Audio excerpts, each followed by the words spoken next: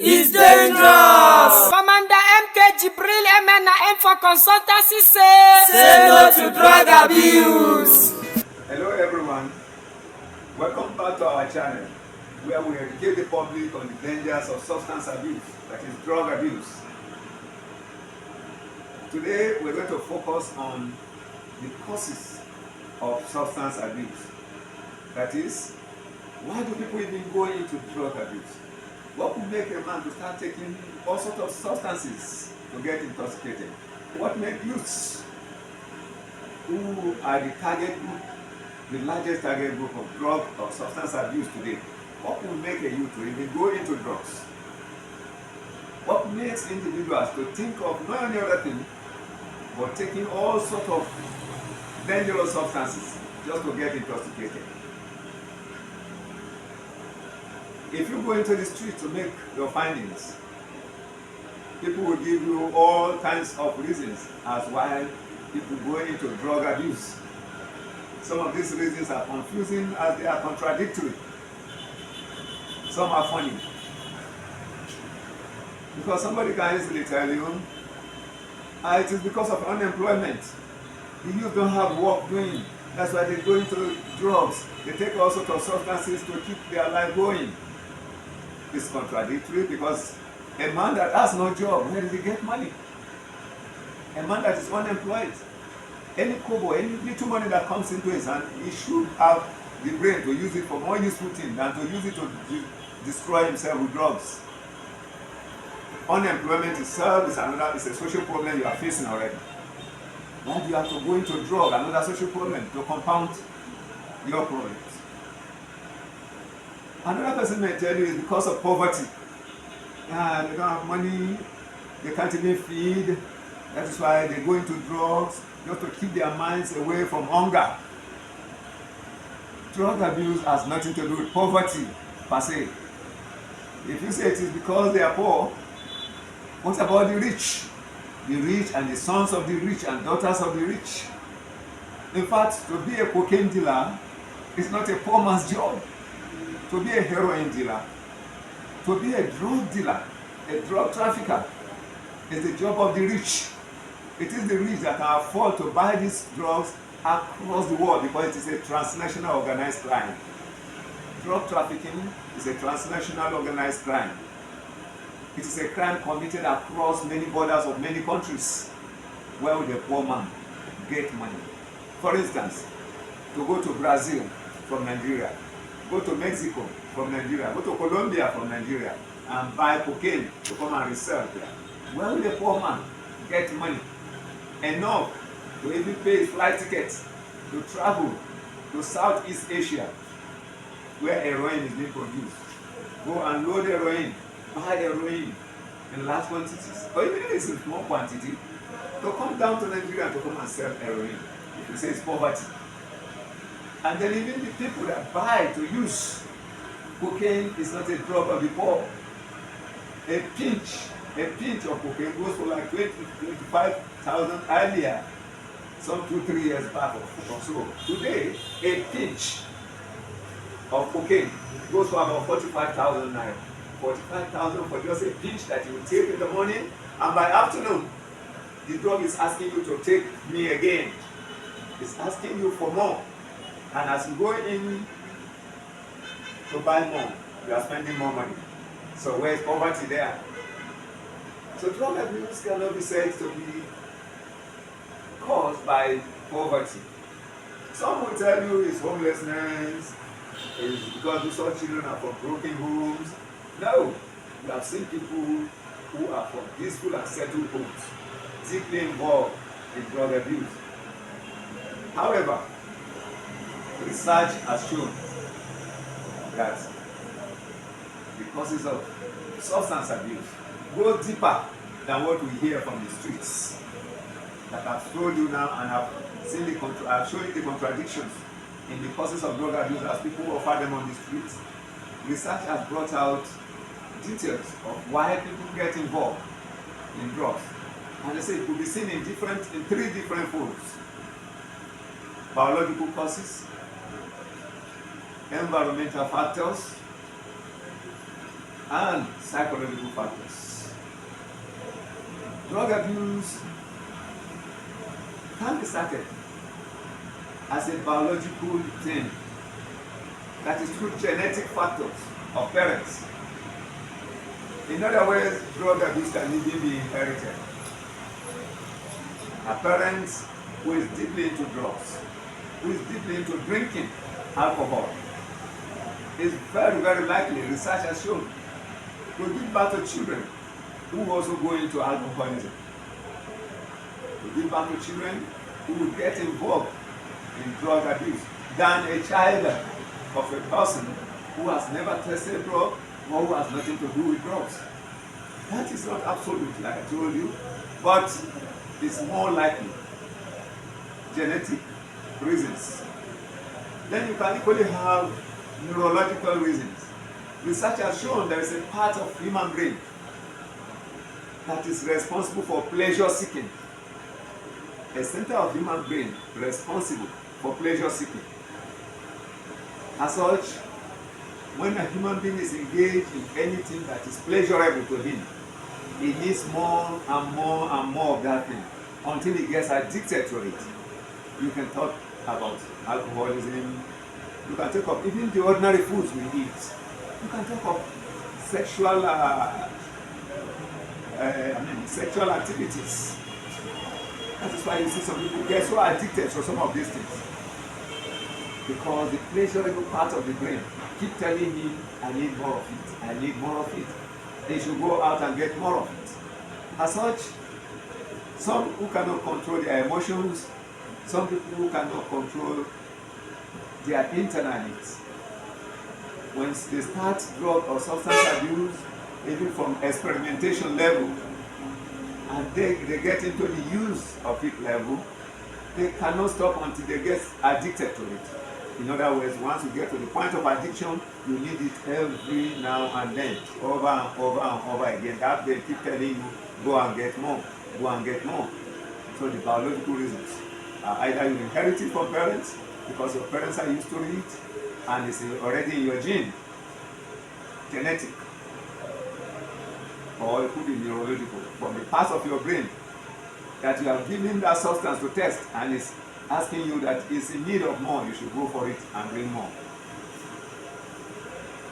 When a parent gets involved in alcoholism, and every now and then he sends his child to go and get the alcohol from a beer parlor near the house or from an hotel near the house,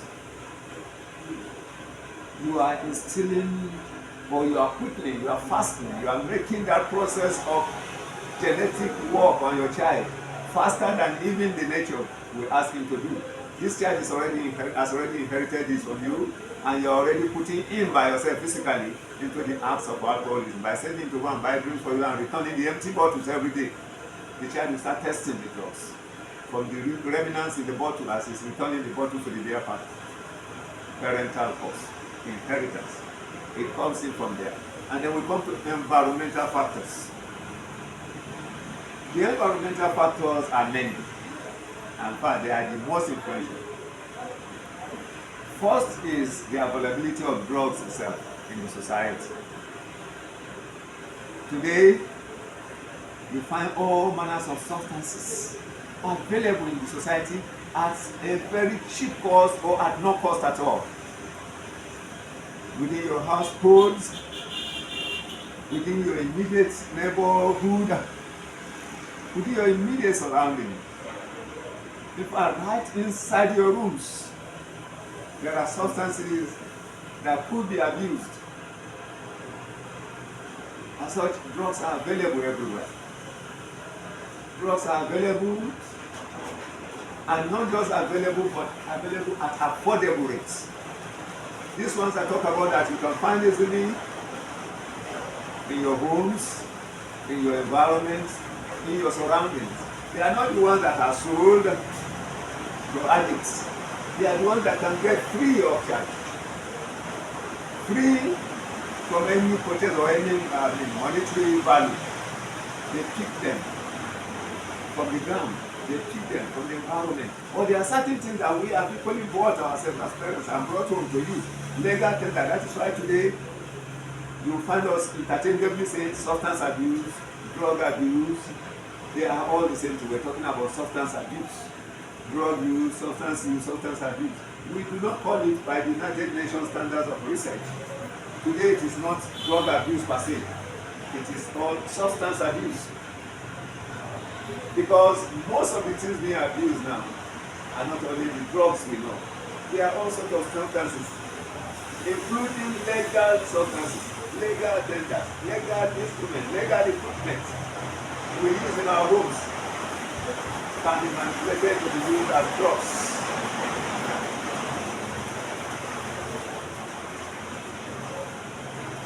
Then the second one to the environmental factors is, apart from the fact that these drugs are available and they are cheap, is the acceptance by the community itself or the family of individuals' drug use behavior. An individual is engaged in substance use within the community, but that community is very receptive to drug abuse, to substance use. So if they see somebody getting dead drunk in alcohol, there's an alcohol. It's part of life. To them, to some communities, it's part of social life. It's part of enjoyment. Ceremonies cannot take place without people getting intoxicated during the ceremonies. Today it becomes so worse that some people organize parties and supply drugs to attendees of the party. People coming to attend your party, you supply drugs to them. We have a case recently in Lagos where an event center owner organized a weekend party and provided all manners of substances of abuse for those attending the party to take, just to attract people to make money. So if your community accepts the subculture of drug abuse, you are likely to have a field day when you are taking drugs within those communities. Because nobody will say no, including your parents who are supposed to say no.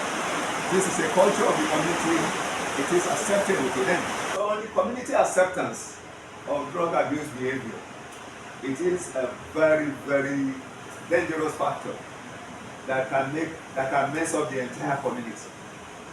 On substance abuse, you find that when a child is tolerated for a smoking behavior, even if it's tobacco smoking, and nobody in the family from that early stage say, no, don't do that. A child is taking alcohol. Nobody in the society, in the community, or in the family is saying, no, don't do that. A child that is involved in this has gotten a gateway to a use of higher or more potent drugs. Cigarettes, cola nuts, even alcohol are oftentimes seen as gateway to bigger drugs. Once you start it, your body has started enjoying it. That is how you graduate to taking bigger substances like cannabis, like cocaine, like heroin, other substances like rohypnol, other substances, benylin, codeine. These ones will break you down completely. And it gets worse. What about the numerous available substances today? The Colorados that they take and they lose their ways and their senses instantly. You want to sleep in the gutter. If you tolerate, the community tolerate alcohol and tobacco, you are giving that child a gateway to taking push.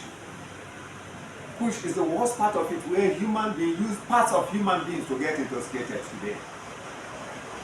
If you tolerate that, you are allowing that child or that individual to go into tramadol and all sorts of substances to now come his way because he has graduated from the tobacco, ordinary cigarette smoking. You accepted from him that there is no problem, and he has migrated to a higher drug.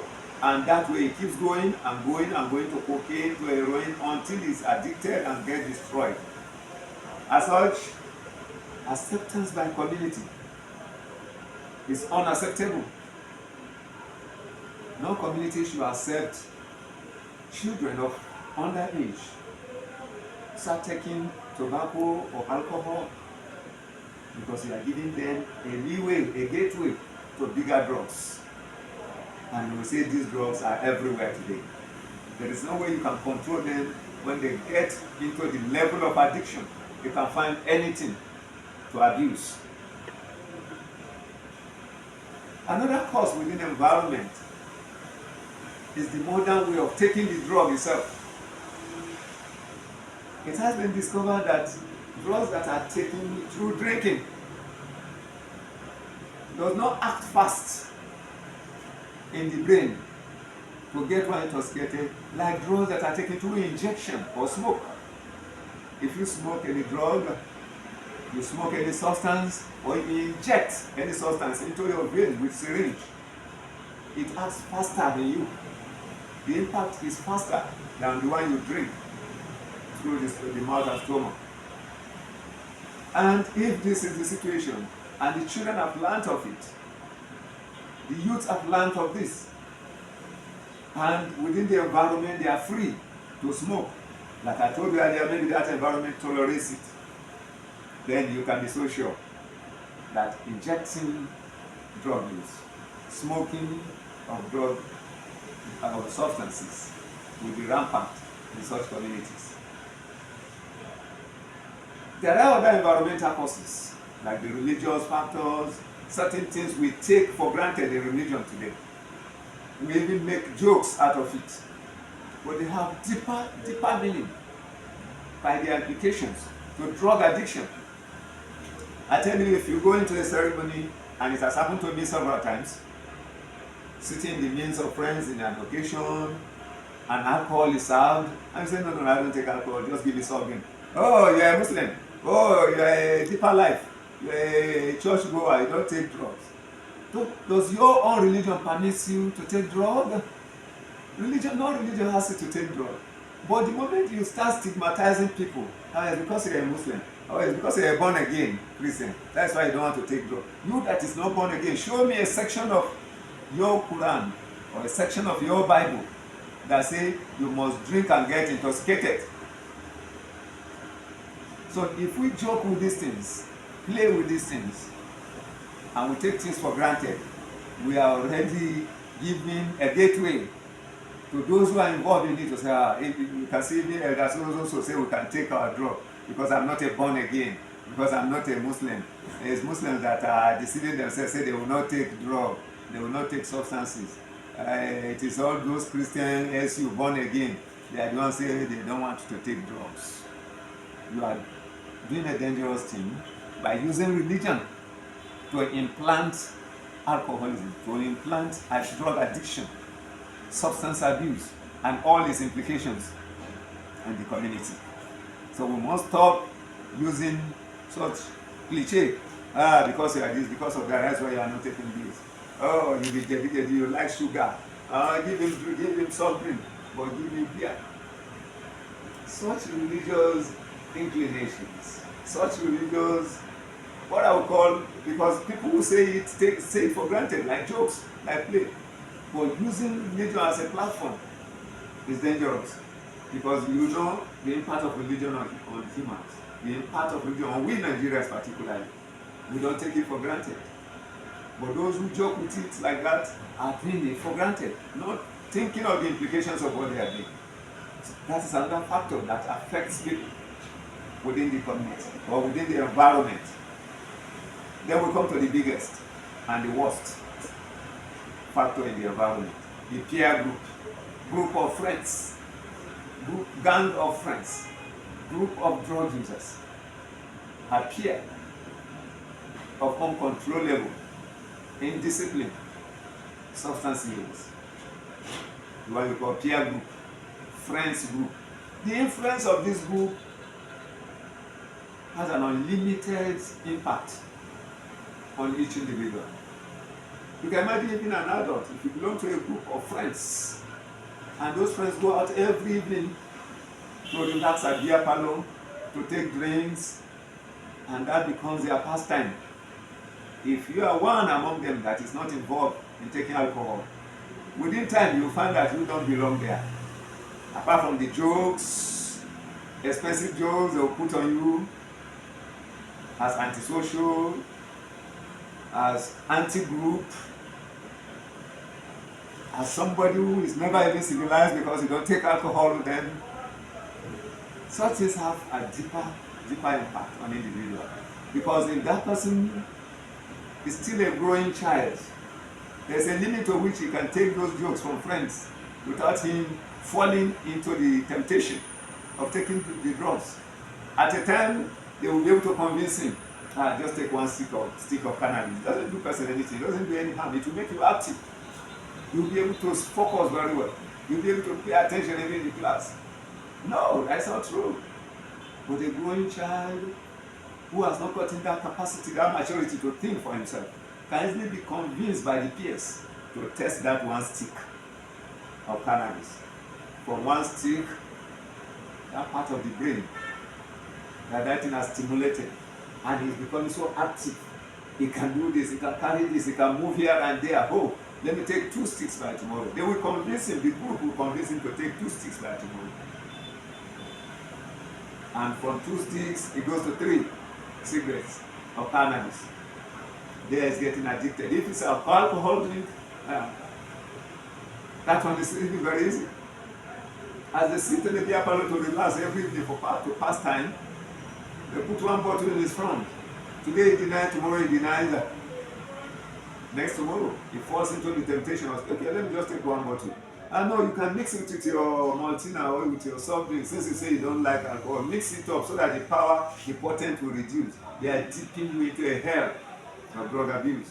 Don't even try it. Don't even test it. Tell them your malt is enough for you. The best or the worst that can happen is you leave that group. But if you try, like the peer will convince you to try, that one bottle, mix it with alcohol. The next day you come, you see that the effect of it is different from the ordinary Maltina you've been taking before because you have mixed it with alcohol. You now say, okay, let me even take it directly. One full bottle. The next day, you may graduate to the second bottle.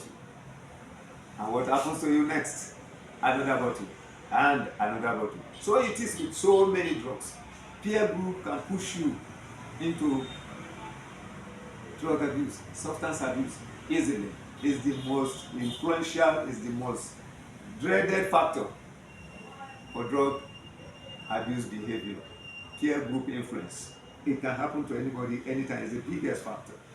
Friends can make you commit a lot of crimes using substance abuse. We're going out for God knows whatever crime they want to commit.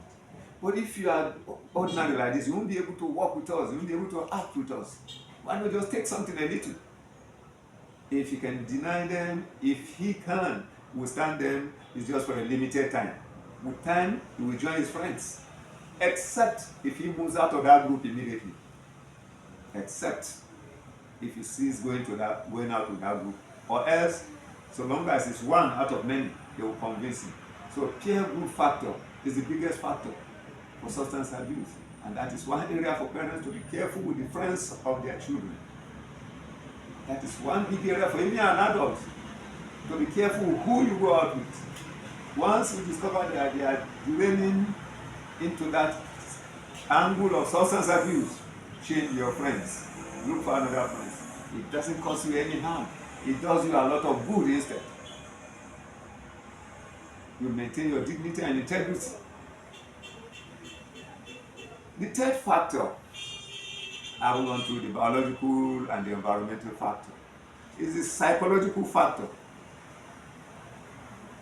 When we started this program, I told you that drug abuse can be in 3 phases.